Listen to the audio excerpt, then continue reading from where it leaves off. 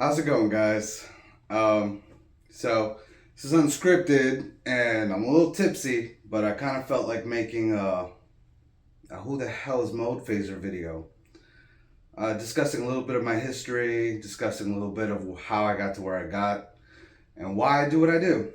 So let's kick it off. So when I was a kid, I grew up in the year 1980, so I'm an 80s kid. I grew up with a dad that was a DJ and a brother and a sister who were much older than I was, listening to really cool music. I was the type of kid that sat by the radio with the cassette player ready to hit record anytime a good song came on. Made my own mixtapes by the age of 6 and 7. My brother listened to bands like Depeche Mode and Van Halen. My sister listened to bands like Air Supply and Erasure. And this is the kind of stuff I grew up with, basically like 80s pop music. But my dad listened to a lot of Latin music as well as my mother. My mother was from Honduras and my dad was Puerto Rican, so there was a lot of Latin music in my house. And that's the kind of music my dad DJ'd. So I really wasn't really too influenced by that stuff, but more by the stuff that my brother and sister were listening to, which was very, as you can see, synth based. um, when I was a kid, I wasn't too into learning musical instruments. They tried to get me to learn viola and stuff like that. Kind of band instruments. They never really put me onto piano or guitar. The stuff that would have helped me now. So like that's basically what I was kind of. They tried to get me onto that stuff early, and it didn't really work out for me. So it kind of pushed me away from learning music, from learning instruments, and so I didn't learn that stuff early in life. Um, I did love to make mixtapes and mix CDs, so that's the kind of stuff I did. I would make that kind of stuff and I'd give it away to my friends at school just to try to make friends and stuff. Um, as you can tell, I'm a gamer. That was probably my second love in life, other than music, and that's how I made my first musical friend. Was a guy that I known him since kindergarten, but he started making music in high school. And stupid me, I didn't think, hey man, maybe I should, learn what he's doing. No, I kind of just watched him and, wondered, stayed gaming. By the time I got to high school, later in high school, I started going to clubs in New York City. I grew up in New York. But I would frequent goth clubs because they played 80s music. So, like stuff like Peter Murphy, Bauhaus, industrial bands like Skinny Puppy, Frontline Assembly, and of course Depeche Mode and Erasure. And, that's just what I did. I was more of a club kid than anything. I never had aspirations about making the stuff that I love so much. But I watched my buddy, and I was really mesmerized by the fact that he could do this stuff. And he had no formal training, never went to school. He just kind of was like a jam guy. He would, he had a PC at the time. He had an M Audio controller, and the guy would jam out to drum beats and stuff, but he never recorded this stuff. So I was always like, how come you don't record your stuff? And I understand now. He would tell me, well, I just like to do it. It's not really something I'm not trying to make a record or anything like that. It was just something he enjoyed doing in his spare time. So, I never thought anything of it, and I just continued doing what I was doing, going to clubs and dancing and getting to know the DJs more so that I could learn what songs they were playing, so I could listen to it in my own spare time. I never had aspirations to be a DJ at the time. I never had any kind of aspirations about making the stuff that I enjoyed so much until about my late 20s. I was lucky enough to meet a guy at a club that, we became friends on Facebook, and I would post stuff about the stuff I listened to. And I was the type of guy that would try to, I've always been the type of person that would try to share music with other people. And, I was always had my finger on the pulse of the newest tunes and finding the latest bands or, stuff that nobody knew. And most of the time it was in the industrial, underground electronic stuff, bands like Mesh from the UK, bands like Covenant from Sweden, and that kind of stuff, like EBM industrial type music. And this is the stuff that I really loved. I mean, from coming from like bands like Depeche Mode, it kind of really kind of pushed me in that direction. I never really was into the post punk or goth stuff, although I did enjoy it, but it wasn't something that I was crazy about. So I became friends with this gentleman and a friend of his who had a party in New York City. And I would frequent the party, and I was that annoying guy that was always like, "Hey, can you play this song so that I can dance to it or whatever?" And the guy was gracious enough, and he would play the stuff that I wanted to hear. Until one day he was like, "Hey, man, you think you could do this?" And I was like, "I don't know, man." Beat matching and just being a DJ in general just seemed like something that was out of my reach. I never really felt like I was capable of doing these amazing things that DJs and musicians were doing. I had no knowledge of anything that had to do with DJing. My dad never really taught me. It was something he just did. And it's not like I was like, "Hey, Dad, can you teach me?" It was more like I just enjoyed it. I enjoyed it for what it was. I never felt like I was... I always thought that musicians and DJs were superhuman. And I never thought that I was able to do these things. And so he was like, "You know what, just jump in the booth with me and I'll teach you a few things." He on Pioneer CDJs, not on vinyl. I've never learned vinyl. Again, that's still to this day something that is superhuman to me. But on Pioneer CDJs, he showed me how to beat match industrial EBM music, which typically had a tempo of 128 to 140. And so he was like, basically would teach me, "Hey, this track has a tempo of this, and this track has a tempo of this," which usually, obviously, the tracks were close in tempo enough that you could, nudge one song and, do what you do. And so, so like he would, every time he would take like a break or whatever, he would just, "Hey, can you hop in here and help me out?" And that evolved into every now and again, they would invite me to do a set because I had similar taste in music to them. So I did that for a while, and I loved it. I mean, I just couldn't even believe that I was doing this in New York City. And then after doing it for a while, I kind of felt like maybe I could do more. And ironically enough, there was an interview on YouTube that I saw with a DJ, a producer, maybe you know him, his name is Dylan Francis. And he had spoken about an experience he had where somebody told him that he would never get anywhere playing other people's music. And this, resonated with me. And I thought about my buddy, the jammer guy, that would always, jam out really good stuff but never record it. And I thought maybe I could do that. And so I took a course on, at the time it was Sonic Academy.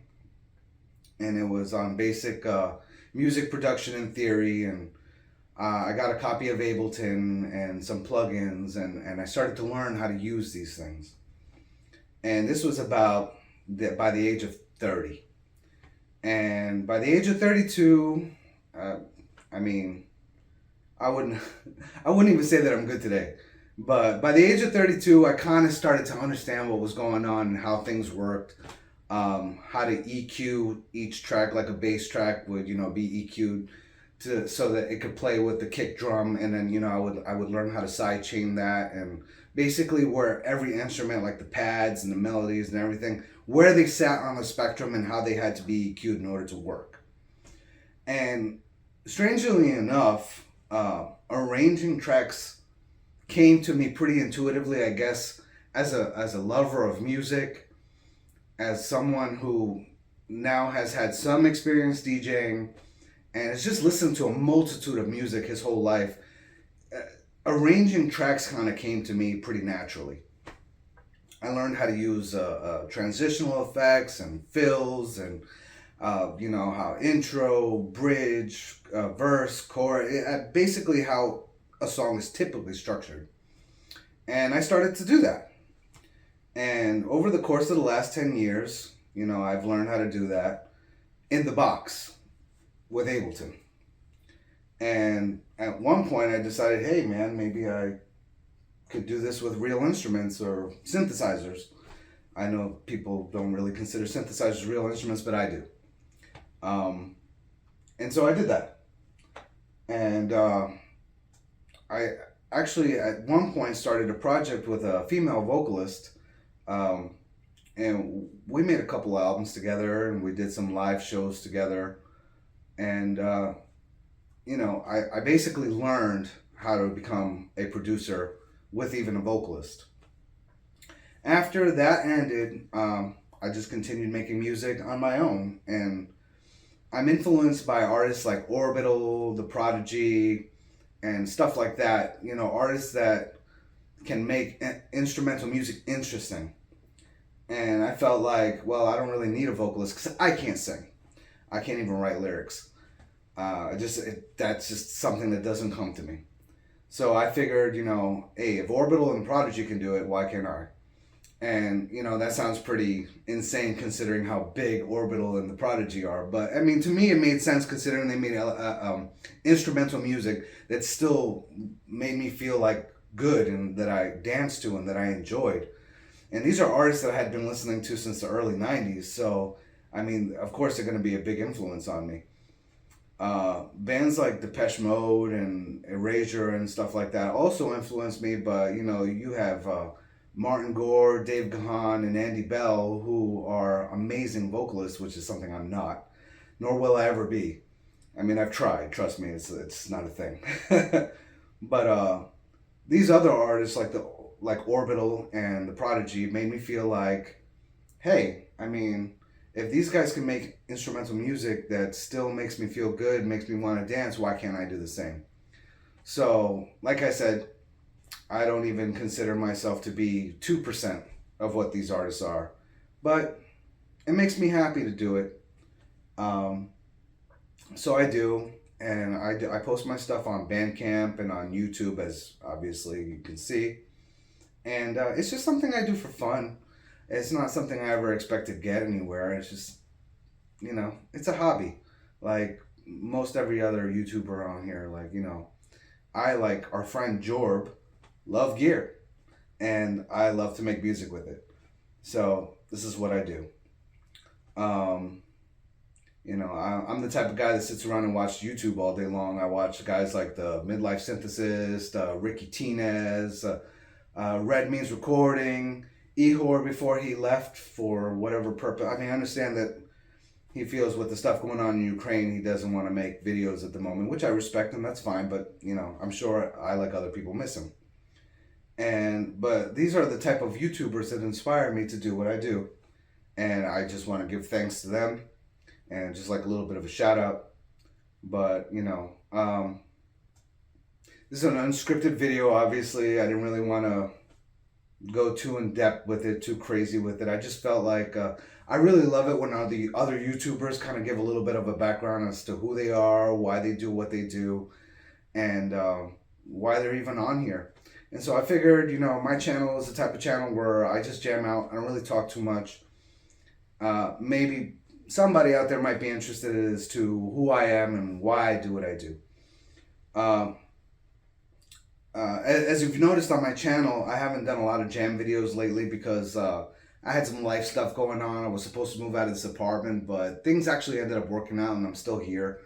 So I'll probably get back to making those as soon as I can. What else did I want to talk about?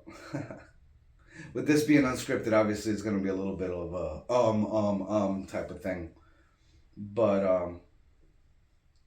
I just kind of wanted to give it a little bit of background. I haven't been making too many, like I said, jam videos. I've been putting up a lot of my studio production songs just to kind of fill the void until I'm able to get back to making the kind of videos that I typically make.